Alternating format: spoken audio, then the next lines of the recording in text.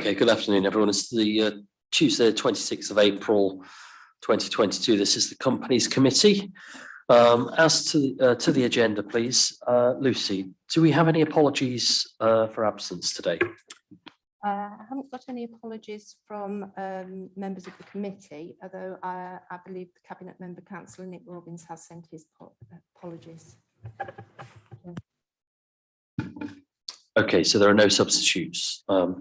Okay, moving on, item 2. Are there any disclosures of interest in the room? Okay, as a reminder, you can declare interests or dispensations at any time today. Item 3, minutes of the meeting held on the 25th of January. Are there any comments of the minutes of the meeting held on the 25th of January? Okay, if there are no comments, can I have a proposer, please? Thank you, Councillor Dawson. And a seconder, Councillor Rice-Oxley. All those in favour, this is a true and accurate record. 5. Any against? And any abstentions? 1 abstention, but that is carried. Thank you. Moving on, item 4, updates of the previous meeting. Are there any comments on the updates from the previous meeting? Any comments in the room? Councillor Baxter. Apologies if I've missed it, Chair, but the minute number 36 to be distributed, have we had written confirmation of all directors of SK companies?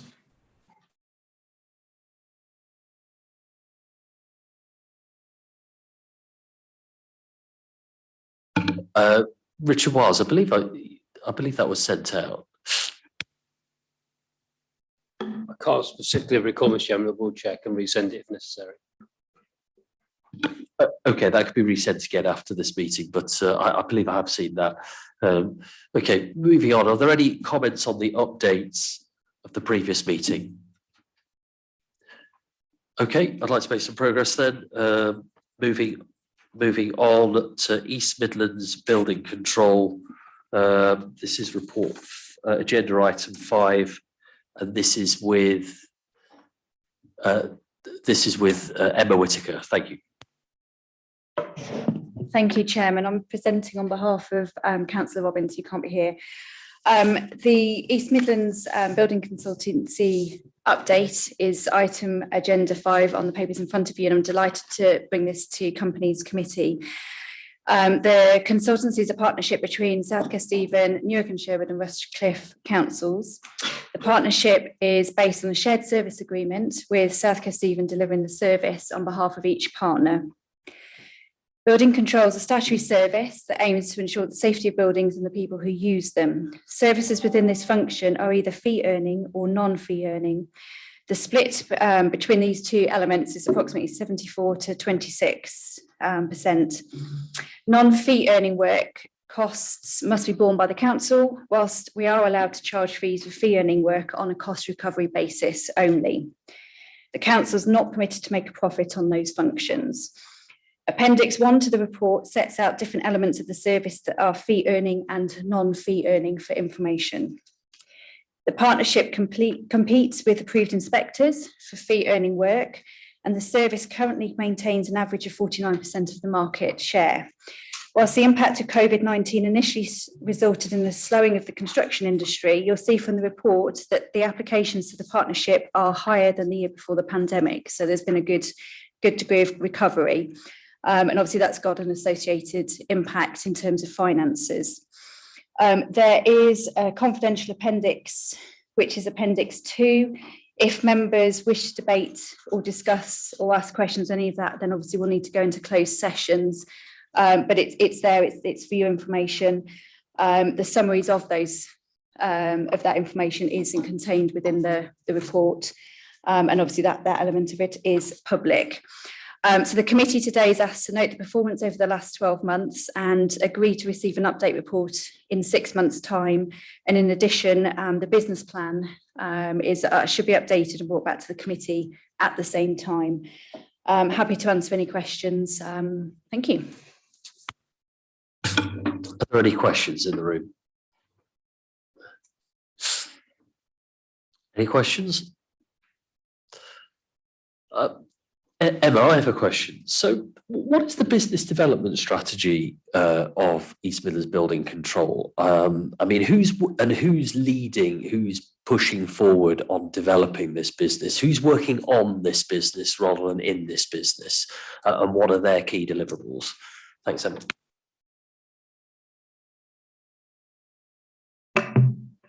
Good afternoon. I'll answer for Emma from the pure reason that prior to the restructure, East Midlands Building Control sat under a different directorate area and moved over from the 1st of April. So we have a temporary arrangement in place for management of EMBC at the moment, which is acting up of 2 existing officers. We have been out to recruitment for a permanent EMBC manager. That process is still ongoing. So development and further aspirations for that will be contained in the new business plan, which will be brought to the board later in the year. The intention is that that new manager will have significant input into that and the development of the service. And just to confirm, do you think that will take 6 months to develop a business development strategy, or surely that will be the first job for the new manager when they're in post? What I'm getting at is that waiting another 6 months for a business development strategy. I think I'd like to see that sooner. I think we could try to bring that back to you as soon as we are able and we have someone in post. It would be helpful, I feel, for them to have an opportunity to review the service and get a feel just for where the service is. And then I'm sure as soon as that is done, one of the first things on their work plan will be to review that and bring proposals forward. Okay, are there any other questions? Councillor Baxter? Thank you, Chair. Are there any intentions, would we want to woo other local authorities or members to this partnership, or would we want to keep them at arm's length? And if we would like to win other people into the partnership, what have we done about it? Anne-Marie Coulthard? So to date, it has remained as is. There are certainly opportunities to explore widening the partnership with neighbouring authorities. That can be something that can be part of the business plan and the aspirations for the service. Can obviously include an analysis of that and the benefits that could be achieved from doing that for all partners involved. Councillor Rice-Oxley. Hello, apologies if I've missed this, Chairman. We had a partnership risk register thing come through governance and audit the other day. I'm just wondering if this partnership, if this will go through that very good process. Thank you. I can answer that because I was there. That was the partnership governance policy, wasn't it, where we're doing a health check on existing partnerships. So yes, I would suggest this. Unfortunately, the guys don't know this because they weren't there and I'm not actually able to speak to them, but yes, this would be one that we'd put through that process, yes. Councillor Rice-Oxley? Just say, having had that meeting the other day, I think that would really help companies because it was a very clear document, wasn't it? So I think, yeah, that would provide some clarity. Thank you. Councillor Sadnall? Yes, thank you, Mr. Chairman. And just a point of clarity, on page 16, you've got some figures and you've got the surplus straight and the deficit in brackets. But on page 23, on the pink paper, you've got the surplus in brackets and the deficit not. So if you're looking at it quickly, you know, you've got to study it. It's not the same answer looking at it once and then twice. It'd be much easier if the deficit was always one way and the surplus the other. For the future, thank you. I think that's a fair comment. Thank you for that, Councillor Sadnall. Are there any other comments? Just before we move on, as I say, I appreciate that there's not a manager in post in this, but I think I would like to see a business plan brought back to this committee sooner than 6 months. Actually, I mean, I think that we've done a great job in getting back to business post pandemic, but the margin remains stubbornly low on this, and I think I'd like to understand why that is and what the kind of business development strategy is for this business. Is there one? yeah, going forward. So I think I'd like to see this come back to us in about 3 months, actually, subject to how long it takes us to find that manager, I suppose, which is the, yeah. I mean, what are we in the employment? How long have we been looking for a new manager of this business?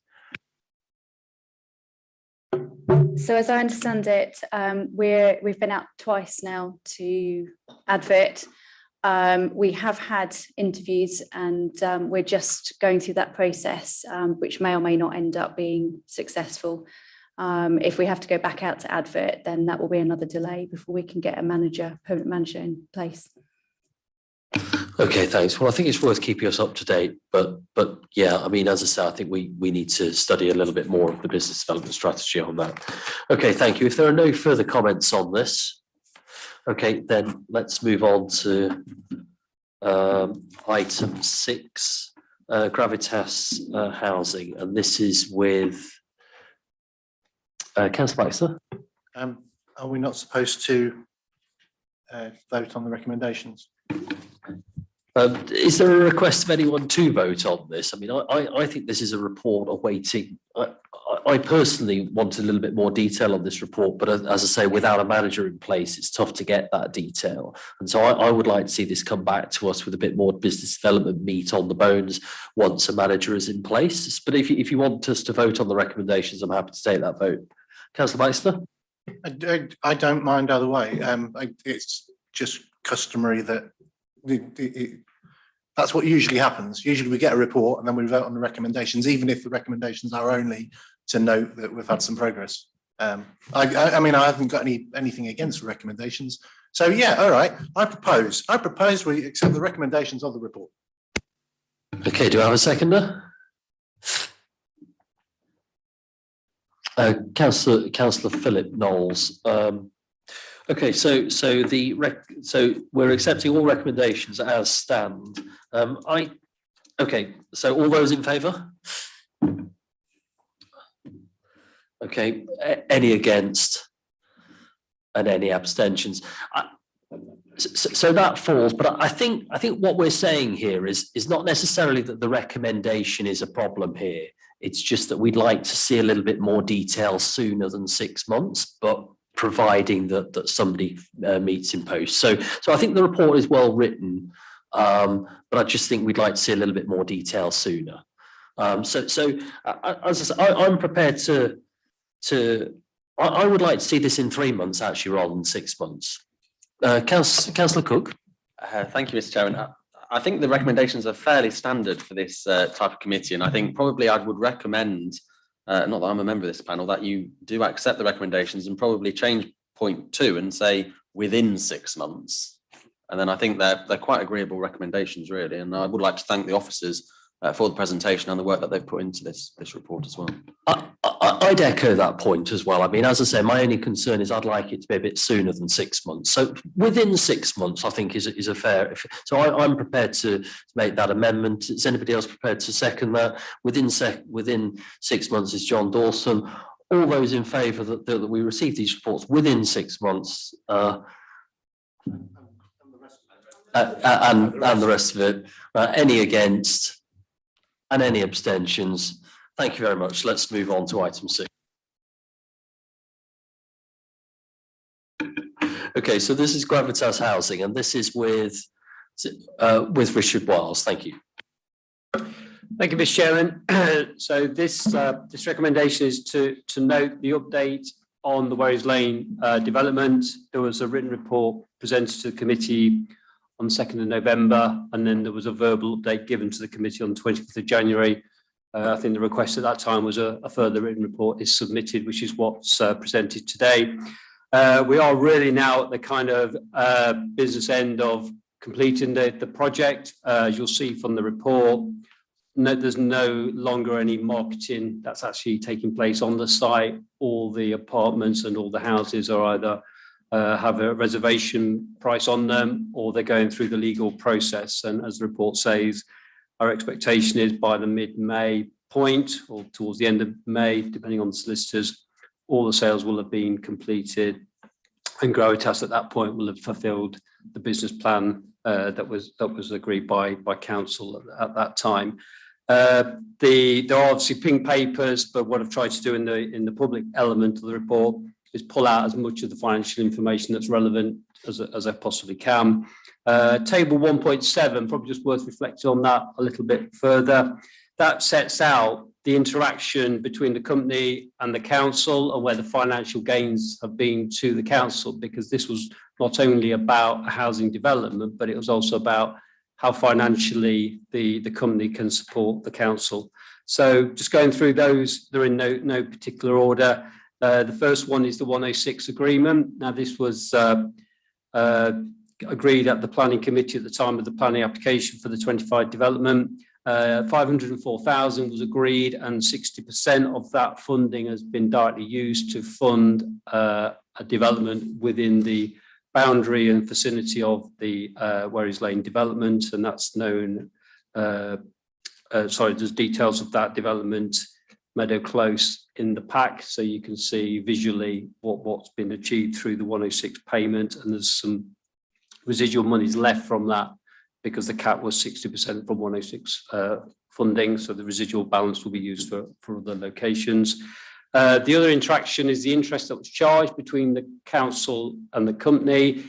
Members may recall the financial structure of the company was partly equity, where the council invested in shares effectively in the company. That was at 40%.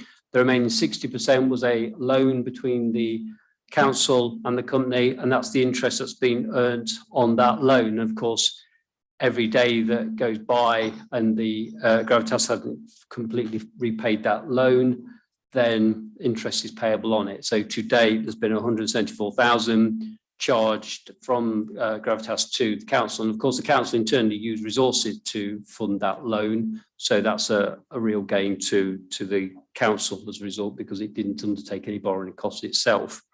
There's also been a recharge between the company and the council. Clearly a number of officers, myself included, have been spending time on Gravitas in a part-time capacity, and we've been recording our time, and again that's been charged to the company. So there's been no addition in the cost of the council, but there's been an income stream to the council from the company for that time incurred, and you'll see there 107,000 to date in respect of all the officers working on this project. The other element is the council tax income. Clearly, the 25 properties will all be paying council tax. They'll either be paying council tax by Gravitas itself, because Gravitas holds the assets, and as you know, there is empty rates payable after 3 months, so that would have kicked in, and there'll be obviously from the residents themselves who are occupying the premises that thus far have been sold. So equating that to 9%, which is the element of the council tax bill, that's around £6,000 that's been achieved to the council since the properties came on stream in early 2020. And then the final element is the new homes bonus income that has been received from the creation of new dwellings. There's a formula calculation that government had introduced when new homes are coming onto the council tax register, and the council has directly benefited from that over the life of the development. So you'll see in all thus far, just shy of £1 million has been received indirectly to the council and directly to the council through those different mechanisms. Of course, that doesn't include any final profit, if there is one, on the development. You'll see in the pink papers that I won't go into that continues to be monitored, and that's against the equity investment of the council, which stands at 1.1 million from the original business plan that I've referenced. So you'll see that in terms of recovery to the council, then it's getting close to full payback of the overall project. What happens beyond this is still for the company to consider and present to the council, then ultimately for the council itself to consider in the fullness of time. But the commitment we did make to the committee was once all the sales have been completed, there would be a full closure report and lessons learned, if you like, in terms of the objectives that were set out to be achieved and what has actually been achieved. But hopefully overall a very positive position, and we sat here some months ago concerned about some of the lag in the promotion and marketing of the site, but you can see there's been some real progress made, and as we sit here today, all units have sold. So, thank you. Okay, thank you. I'm grateful for you for reiterating the fact that there will be a completion report as well. This has effectively become a standing item until that completion report is available. Are there any other questions on this report? Councillor Rice-Oxley. Thank you. May I refer to the text in the pink papers in my question? Not the numbers, but the text. The text without the numbers, as long as if it's a generic question, if it would be best. Is it a question that you think may need to be taken in private session, or is it a general question? I'll be vague. Okay. So on page 30 of the pink paper, so there's a list of variance explanations there. And I understand there's been some difficulty in selling these properties. So I know there's been some benefits, including substantial Section 106 payment, there's the new homes bonus, provision of much needed housing, etc., etc. I'm just wondering if the actual costs and challenges of this project had been known at the beginning, would this project have gone ahead? And what are the lessons learned for our future building projects at Gravitas and elsewhere? Thank you. Richard Wells? Yeah, so it was slightly preempting the closure report, but I think, as we've stated on previous occasions, that this scheme came forward because there wasn't enough development profit in it for the private sector. So the scenario was it was a piece of green land in the middle of the town that had developments all around it, particularly Wherries Lane on the other side of the road, if you like. But this would sit abandoned and was falling into some levels of misuse. So the council deliberately intervened via the company because the private sector wouldn't intervene, because the profitability of that site was so marginal that there was no financial gain for the private sector to intervene. So I think the lessons learned will kind of rehearse all this and replay this back to those original objectives. But clearly, yes, there's been, as you would expect with any of these sorts of schemes, there's been some difficulties with the site in terms of clearance and some of the further works that were identified once the construction phase had commenced.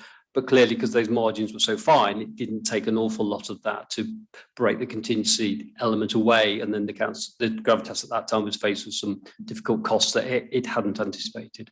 But it'll all be in that report, hopefully. Agreed. But just to reiterate, we could explore some of these issues in lower level detail when we talk about a completion report after the figures can be put in the public domain, etc. Thank you. Councillor Knowles. Thank you, Chair. Thank you for the report, and I'm very pleased to see there's progress on some of the sales, particularly of the townhouses. I've got a question about that at the end. I'll speak a few words first. Again, I'll try not to quote figures that shouldn't be quoted. The report is showing a glowing light on something that really hasn't been a glowing light. The big plans, the big objectives were to use the land, but it was only originally part of a huge development that was going to take place in Bourne, which never came. This was 10 years ago, perhaps, that there was going to be a huge development. And so there was land there, which wasn't greenfield, it was industrial, but it was land that was sensible to build upon. I'm not arguing with that. But the three things was clearly a profit, which is not there. It's substantially gone below the profit that was predicted. So in the big budget matters, it's missed. The cash flow has been negative compared with what was in the budget because of the delay in building the houses and so on and so forth. And the other thing was that usage, the original plan was 2017 to 2021. At the end of 21, there was only 75% of the properties actually in use. Now, I can only imagine if I was still in business, I've never worked in councils, if I was still in business, I went to my boss and said, I've got a 3-year plan, and we're going to make this sort of money, and it's going to be beneficial to the cash flow, and it's going to be utilised 90% within 3 years. Can I say, Councillor Knowles, I think you're preempting the closure report a little bit here with some of these comments, and I think they're valid, but we're going to have a session on the closure report. Can I move you to questions on the report in front of us and perhaps save some of these observations for when Richard Wiles has committed to, and the cabinet members have committed to doing a proper discussion of the historic development of this project. Thank you. Yes, as long as we don't kid ourselves that everything is bright and rosy about this project, because it hasn't been. I've got a question about the townhouses then, please.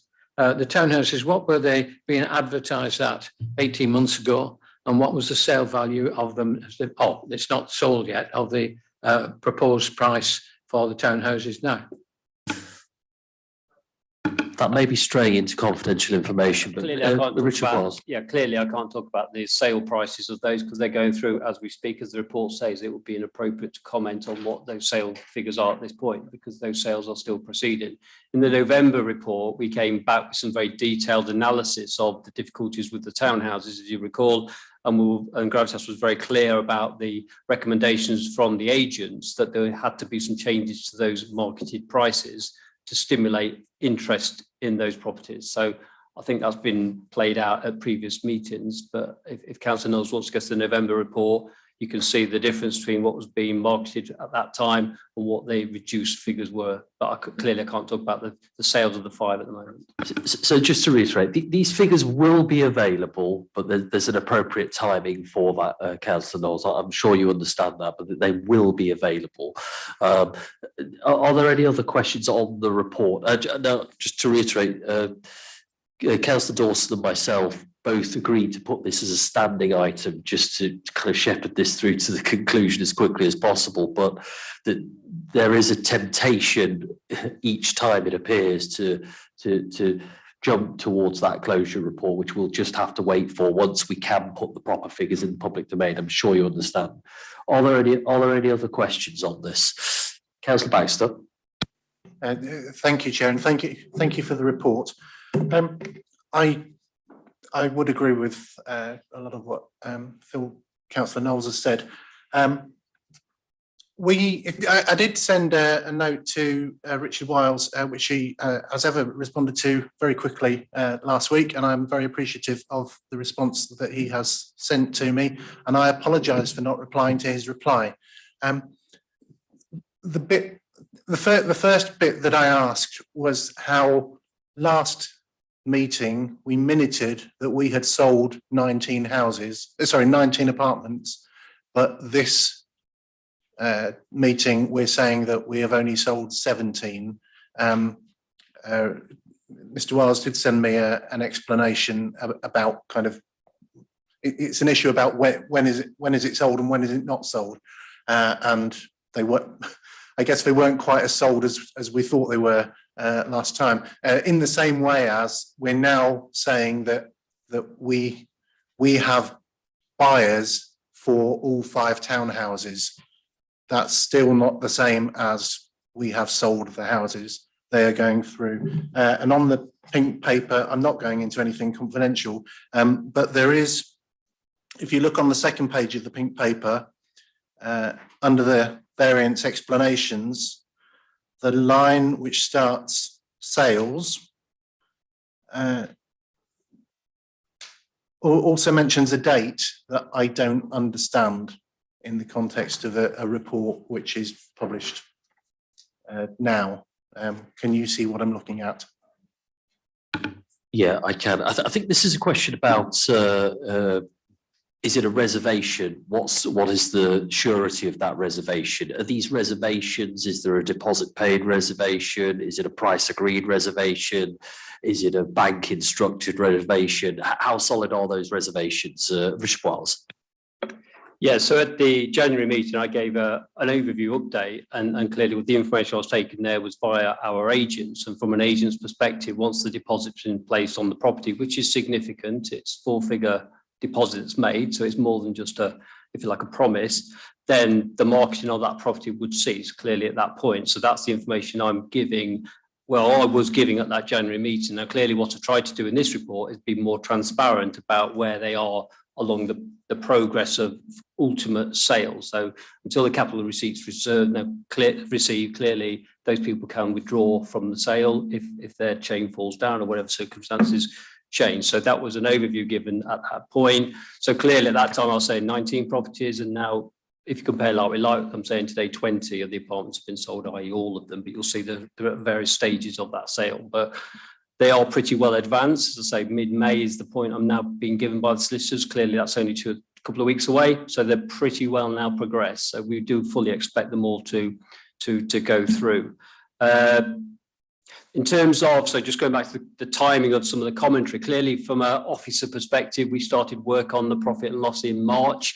So again, at that point in time, we're taking a download of what receipts have been received at that point and building that into our final projections. But clearly in the timing of the report being published and ready for today, then obviously they will proceed further. So it was a snapshot position we've given as our expectations when we produced that P&L in March about where we think the sales will be at that particular point. So again, it's all a bit of a moving platform, which is why we don't use actuals, by the way. We're trying to position this as a project end forecast, but these numbers will change all the time because clearly the sooner we get the receipts back, as an example, the sooner we can clear the residual debt with the council, and therefore that negates further finance costs. So again, some of these numbers will change. So whilst it's trying to be a projection of the ultimate position on the development, those numbers will not be known until the final receipts received.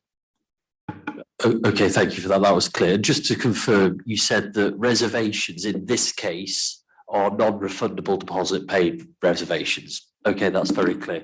Okay, thank you. Are there any other comments and questions on this? Councillor Baxter, you want to reply?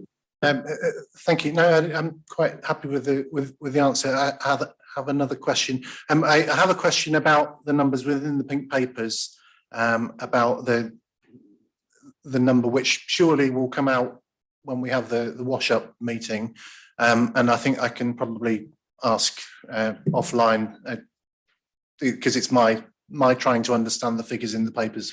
So I'll do that after the meeting. What I would want to say about the whole project is this has been a long and arduous journey of many years with many different phases along the way. Is it time to call it quits and leave the casino, or are we going to stay at the table and have another go? Even though we're not going to make final decisions about that until we've seen how much has been made in total, what the total surplus / deficit will be at the end of the whole project. Even though we can do that later on, surely we must be thinking, let's have another crack at it, or let's say enough. Councillor Baxter, that's a very interesting question, but that definitely preempts the wash-up meeting here, where we should be looking at the numbers.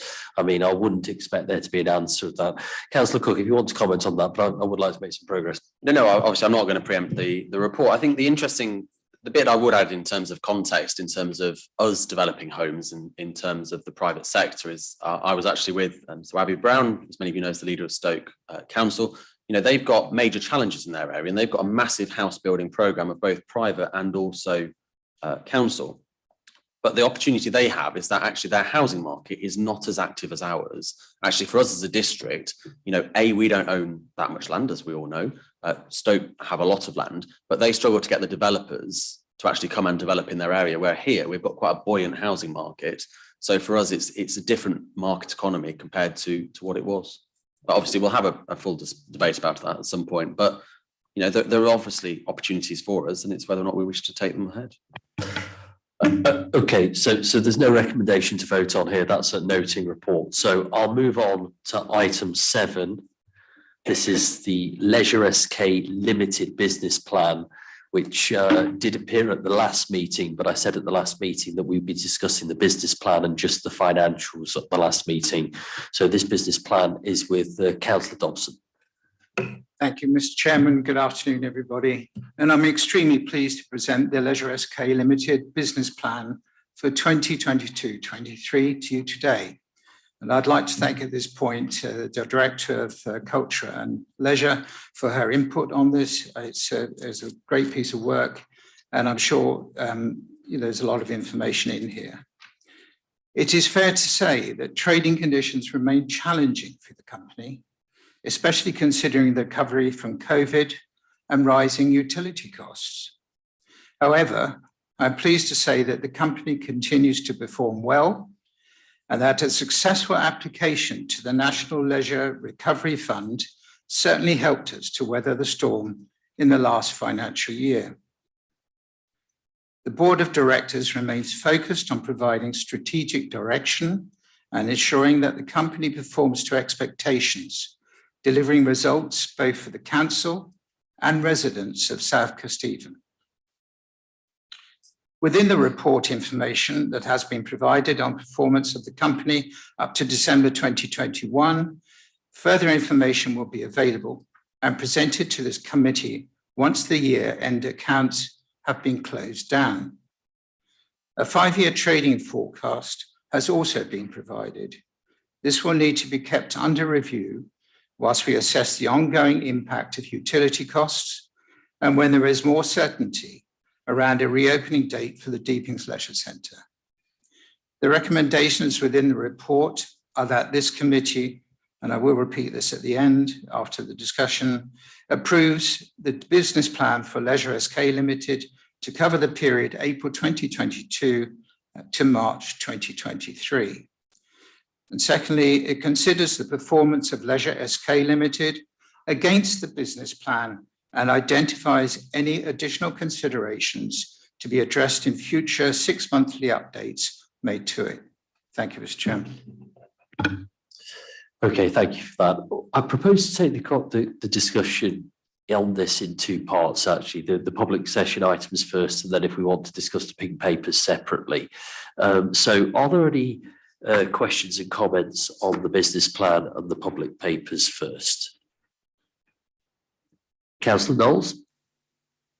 Thank you, Chair. Thank you for the report. It's very good for the most part. It's comprehensive. It's got a lot in it. I would like to see more when we're considering the business plans and the measuring against it, more specific targets that we can measure against rather than just general targets. I think the chair would probably agree with that along the way. He has done on many other occasions. The other thing is in the risk register, I see nothing. There's lots about market deeping, obviously for very, very good reasons. I see nothing at all in the risk register about Bourne. Bourne is an old building. It's still a building that is owned by Lincolnshire County Council. So there are still elements of the ownership which are potential risk. And it's still used by the school primarily, or during the day, they have first use of it. So it's not a wholly owned property that we have full use of, and yet we pay most of the bills that come from it. And I would have thought that should be somewhere in the risk register. And the other thing, it is an old building. I know they've had a recent look at it and decided that it's manageable for the next few months, but it's not inconceivable that it could have similar problems to unfortunately what Deeping have got. And once again, I would have thought that was a major consideration in the risk register, and that we should be marking that up as a serious concern in the risk register. And I don't believe it's there. I've been through it several times and it's not there. The other thing is a very, very brief question. I understand that there's been problem with the chlorine in the swimming pool recently. And again, that's a potential problem. There's been some people perhaps being not so well because of the chlorine content and things having to be cancelled. I'm getting this second-hand clearly, but I believe that to be the case. And have we got anybody got a comment to make on that as a potential problem, or have we solved the problem? Thank you. Mr. Chairman, can we just be careful when we're I appreciate you've made an allegation there about people potentially being ill from chlorine poisoning, but that is quite a serious allegation to be raised in a public meeting, which is not the case. Just for clarity. Thank you for that, Councillor Cook. Karen, did you want to comment on some of the other points? Yes, very happy to. Thank you, Chairman. I think it's a good point with Bourne, and I think we do accept that this is an old building. We've covered it off in other council meetings, but what we've actually done is full condition surveys on the 3 remaining leisure centres, and we'll have that information shortly. So the officers will then prioritise the works that are necessary across the 3 centres and how they can be funded. So I think that will give us a lot more information to add some specifics to the risk register, but I do agree that it should be added as a headline at this time. So thank you for raising that. It was just from me a point of clarification in relation to Bourne, because the school used the sports hall only and the rest of the leisure centre remains available to the community during the week. So I think that was all for me. Thank you, if that's helpful. Okay, are there any other comments and questions on this report? Councillor Baxter. I'd just like to follow up on the point. If we know that there aren't any health problems, thank goodness, are there any comments about chlorine at the pool, or is it something for no? In which forum would one be able to ask about chlorine in the pool? What would be the proper process? I guess an email to Karen. I don't know. I think those sorts of questions about can be taken outside of this as direct contact with the officer in question. Are there any other questions and comments on the report specifically? Councillor Rice-Oxley. Thank you, Chairman. On page 36, just ask a question about 1.7. It says about activities are bookable in advance. And I'd like to suggest, as a mother of young children, that if things are bookable in advance, that will be having an impact on numbers. Just wondering if that's going to be lifted at any point, because that might help with attendance. And also on page 44, which is page 3 of the report, paragraph 3, in December 2021, approved a full refurbishment and remodelling, subject to the council securing a legal interest and undertaking meaningful consultation. I believe that was also subject to a review of affordability. I was wondering if that can go in there. Thank you. Okay, thank you. Karen? Yes, thank you. Thank you for the question. So at the moment, all activities remain bookable in advance, just so we can monitor numbers. Obviously, the directors will be keen to lift that as soon as possible and as soon as they feel safe to do so. We have got a board meeting scheduled for this week, so I can add it for discussion. Councillor Chairman, I think in terms of the point Councillor Rice-Oxley made, absolutely, for then final decision to be taken following the affordability. Okay, are there any other comments on the business plan before we go to the numbers? Okay, I have a number of comments and questions. Before I go into my comments and questions, first of all, I'd like to say what a really well-written business plan it is. I think a lot of work, a lot of thought's gone into this. It begs some questions and comments. And I think those comments and questions are not criticisms. A business plan is a document to help with dialogue. And so I think it's really well written and gives me great confidence in the management of Leisure SK. I also think it's probably important to reflect on the fact that Leisure SK, a lot of the conversations about Leisure SK in the last few years have been regarding obviously the situations of the Deepings. And we don't focus enough on what's happened at the other 3 leisure centres, the fact that they've been repurposed, transformed during the COVID pandemic, new ways of working have been implemented, and it's been largely seamless. And I think I'd first of all like to start by paying tribute to Karen, your team, and everybody that works at Leisure SK for the incredible job that they've done at those 3 leisure centres and also in the Deepings, but particularly at those 3 leisure centres in keeping the lights on during that time. And I think that should be recognised by all of us, that it's a very challenging environment and they've done a phenomenal job of keeping everything going there. With that, I am going to go to my comments and questions. So I have a few, so let's take these in order. Point 7 on page 38, the financial implications. We're talking, I think the 7.1 refers to, I think, some consultants, and you then put, therefore, the council can be reasonably confident with the overall approach and assumptions that have been made. Is this just simply because consultants have told us that? Or I mean, have we qualified these? I'd just like to understand, I mean, my understanding of consultants is they normally have disclaimers as long as you're on. Moving on to the business plan, the executive summary, very well written. I think there's a lot of how, what's and things in here. How are we going to be able to demonstrate that we've achieved those four outcomes? Moving on.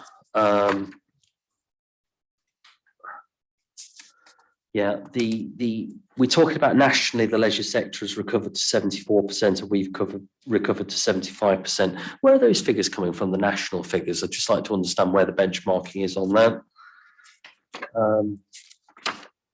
Moving on.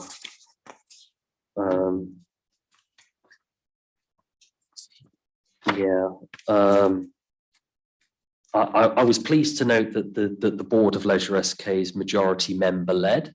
It's something that this committee's asked for again and again, that the majority of the board is members rather than officers. So I was pleased to see that. The HR strategy, it strikes me, I don't know a lot about the leisure industry, but this is a HR industry. I'd just like you to comment on that and who's leading the HR strategy. You say that there's never been any formal pay structure. That's historically a One Life issue, isn't it? It's nothing to do with this council. That's a legacy of One Life and the previous ownership. So we're correcting One Life issues there, not things that we've embedded ourselves. Okay, that's fine. Moving on to the pricing, page 61 or page 20 of the business plan. What's the methodology in setting the pricing? Are we benchmarking that regionally, or do we have a methodology? Is that a profit basis? Is that a percentage profit? Is there a methodology around that? I suppose I'm going to cover that, and I'm going to cover my other questions. I'll talk about the numbers, but okay, I'll leave a few there for you, Karen. Thank you. Okay, thank you, Chairman. There were a few questions there, so hopefully I've managed to capture them all.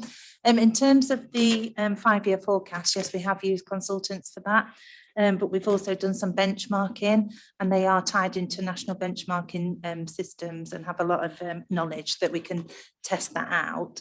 I think what's really important is that we have some surety over the next year, and obviously it gets more difficult to predict from years 2 onwards. I suppose that it's down for this committee to measure the outcomes of the business plan. We do come back every 6 months, and I'm happy to work with the chairman if you want to specify some key areas that you'd like to see the report focus on in 6 months' time with regards to the outcomes of the business plan. So can I just come in on that? So with that, you'll be developing key performance indicators and that we can then track going forward. Isn't that, that's yourself that own that? Is that right? Yeah. Yes, so there's 2 areas of scrutiny here. So there are key performance indicators within the contract, but they are in relation to contract performance. But I think we could develop a scheme of KPIs which would be relevant to the business performance, and I'd be happy to work on that. Thank you. You asked about where we get the information from on the national recovery.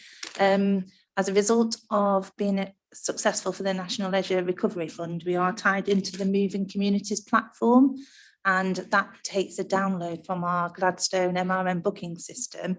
So we get a lot of real-time data for that, and we're able to compare ourselves to other facilities within our local area, other facilities of a similar type, size and makeup, but also then nationally we're able to compare ourselves to. Excuse me, in relation to the HR strategy, this is really a function of the board, so I can't comment too much on that, but we have secured excellent HR support from the HR branch, and they've been intrinsic in helping us with the TUPE transfer of the staff, preparing new policies and procedures, and the recent work that the board have been doing to look to implement a formalised pay structure. And yes, you're right, Chairman, that was a legacy issue that we inherited from One Life. With regards to the pricing, there's a 2-pronged attack to this really. So the fees and charges are set by the council, and that gives Leisure SK a parameter that they can set their pricing in. With regard to the membership prices, that's more set by Leisure SK with authorisation from the Board of Directors, but it is really in relation to local competition. So for example, at Grantham Mears, we were very, very aware that there's a new private gym opening, and that's going to have an impact and will be significantly undercutting the Mears. So we couldn't put prices up too much this year. So we do keep a keen eye on the local position. So just on that, when we're setting fees and charges, is there a process of communicating back to the finance team about local MIS that we may have for fees and charges in given areas? Yes, that would be through the board. Obviously, the council agrees the budget figure, for Leisure SK on an annual basis, which is what we talked about at the meeting in January. So yes, that information is fed back.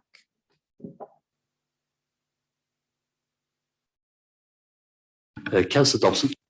Yeah, thank you, Mr. Chairman. I'd just like to add to the pay strategy and everything that Councillor Stokes and I met with HR and went through this, and I think we've got a very it was a bit of a confusing system that we took over from One Life, and we managed to get that sorted, and I think it looks much better now. There's a good overview on that.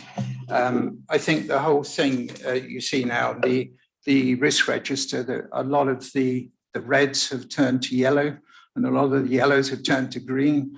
I think there's good progress that we've made throughout this year. It's been a difficult year, of course, and I'm very confident for the future. As you know, we've now got an agreement of what we're doing with the Deepings Leisure Centre and the other centres, including Bourne, which Councillor Knowles mentioned. You know, we don't own that building, but we're looking after it, and we've had a report on that, and we shall work on that when we get that full report and discuss it at the board meeting. So that's all. Thank you very much, Mr. Chairman. Okay, thank you. Just as you're answering, I've got two other questions as well, actually. On the suppliers section, have you experienced any supply issues in the last 6 months? That's obviously an issue that's affecting a lot of industries. And also in the SWOT analysis, you talk about the repairs backlog. You mentioned that there's going to be a review of repairs. Can you just explain to us the journey of that review, where that is and what happens next in that repairs review, and when are we going to start seeing numbers and where those numbers will be sent? Thanks, Karen.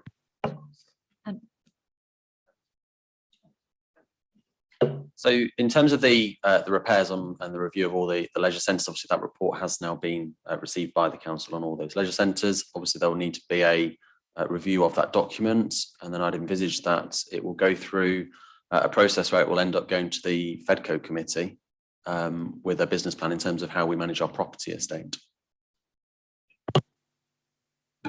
Thank you. And any supply issues, Karen?